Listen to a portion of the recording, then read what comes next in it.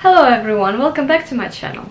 In today's video I'm gonna introduce you to a Russian city, Vyborg, which used to be a Finnish city. Vyborg was built by the Swedes in the 13th century.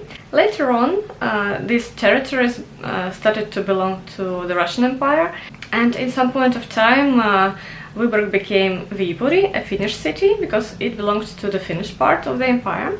Unfortunately, in the middle of the 20th century, when it was World War II, Vyborg started to belong to Russia again. To be honest, I'm not sure it's for the good, because even some locals of the city told me that 1939 was the year when Vyborg was blooming, and then the war happened and it changed everything. And now the city, the town, it's very small, really requires a lot of renovations, but well, you'll see what is happening there in this video.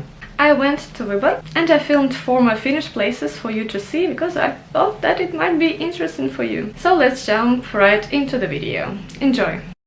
This house is called the Granite Palace, and it belonged to a company which sold forest and all that stuff in the beginning of the 20th century. It was built something like around 1908 or something like that, I don't remember exactly. This is a classic example of Finnish modernism, and the architects were Uno Ullberg and Klas Gulden, sorry if I pronounced them wrong. So yeah, I think it's a very beautiful building. Unfortunately, it survived the war, and nowadays I don't know what's inside. I think it's not for living. It's in the city center, and so here is the building, and the fortress of St. Olaf is right opposite this building. And here we have the most abandoned house in Vyborg. Even newspapers wrote about it some years ago. This house was built in the beginning of the 20th century, in 1903 if I'm not mistaken. The architect also was Finnish. And this house belonged to a bookseller, and it is said that it was the only place which sold both books in Finnish and Swedish. So yeah, now it looks horrible because no one does the renovations, and it's very, very sad to look at it, unfortunately.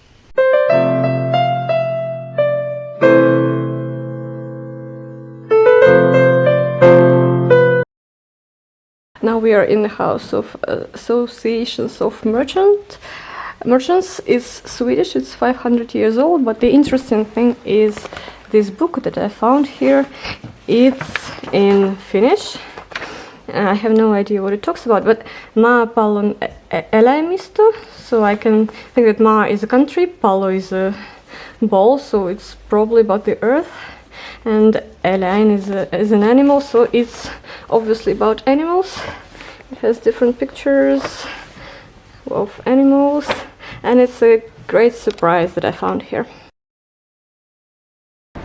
And here is the house we lived in the summer. Unfortunately, I forgot to film it inside, but I have some photos. It was built by a Finnish architect, so I'll just insert the photos here. These pictures say that the building was built in 1912 by the project of a Finnish architect, Alan Schulman. It belonged to a factory. In the Finnish time, the street that this house is on was called Luostarin Katu. Unfortunately, the condition of the house is horrible. What a shame. Here we have a building of an old Finnish Union Bank, or I think that's how it's called, just an old Finnish bank. It's still in a very good condition and looks very nice. Это одно из помещений Выборгского финского банка, когда Выборг был финской. А это в советское время был филиал швейного объединения «Маяк». А в финское время здесь был ресторан, и финны уехали, и с таким названием работает успешно ресторан в Хельсинки. А с каким названием? сейчас не скажу, не помню. Но дело в том, что финны некоторые хотели бы восстановить то, что у них было, но если он купит это здание, а земля не продается финнам, и получается, что, ну, как бы нехорошая сделка. А вот здесь, вы посмотрите, ну, такая красота. Да. Вот один лев имеет герб Выборга, второй лев вот на этом балконе имеет герб Хельсинки. There are two lions on this bank. Unfortunately, my camera is not strong enough.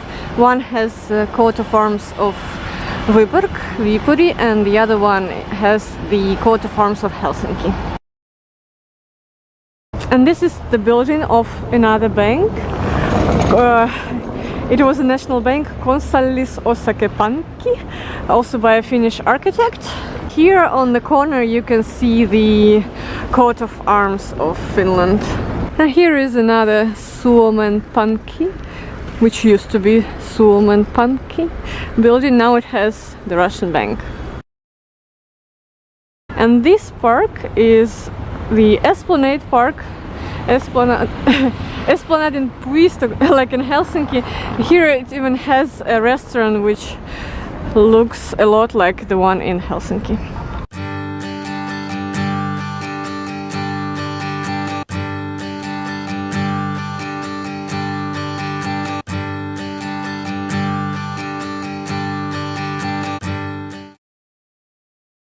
Here is probably the most famous building in Vyborg, in Viipuri. It's Alvar Altos Library. It was built in 1935, obviously by the project of Alvar Aalto. The library has survived many difficulties like wars, and then it was more Soviet. Of course, after the war it was not in the condition that it had been before, and it also had the name of one famous Russian woman. Fortunately, in the 90s the renovations, the reconstruction has started, and nowadays we can see the library in the condition that it was in the times of Alvar Aalto. So let's go inside. People say that the main feature of this library is that here unique Alvar Aalto's style is shown, and the main feature is that functionalism and soft natural lines are combined in the design. In this lecture hall you can see that the ceiling is like waves, and it was constructed like this for better sound, for better lectures, and I think it's very, very clever. And here, look outside, the children have so much fun there, and the view is beautiful. I think it's a great idea of the design to have such big windows, because the lecture hall has a lot of natural light. Hi, it's me in the lamp, and the lamp is also made by Finnish design. I think you can see that. This is the main room of the library, and it's considered its main space. It's a reading hall.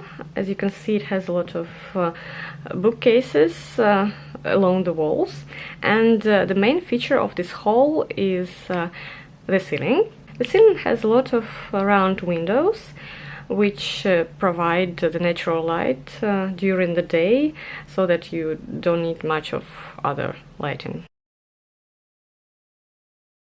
And here in this beautiful Monreal Park we have a special Finnish person with a very difficult name to pronounce. This is Väinämöinen from Kalevala, and for some reason he guards this beautiful park.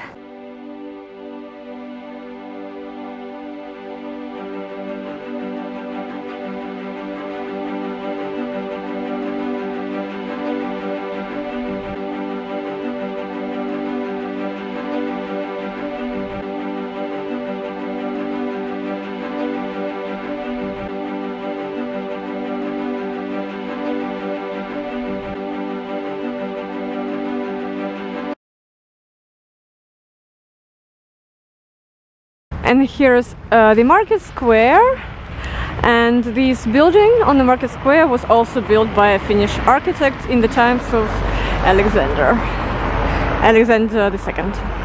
Look at this old tram of this city, and it has a station, Turun Silta.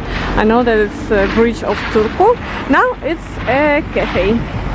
And this is the house that we lived in. Now it has a lot of apartments to rent, but the building was built in 1931, and the architect also was Finnish. His name was Uno Ullberg, and this building belonged to a city pawnbroker. And here we have just a cafe. It's not an old building, just a regular cafe, but it's just nice to read some Finnish letters and words here. And here is the old map of Viipuri. We are in a shop. And here are some mumins. Look at the amount of Finnish books in this antique store.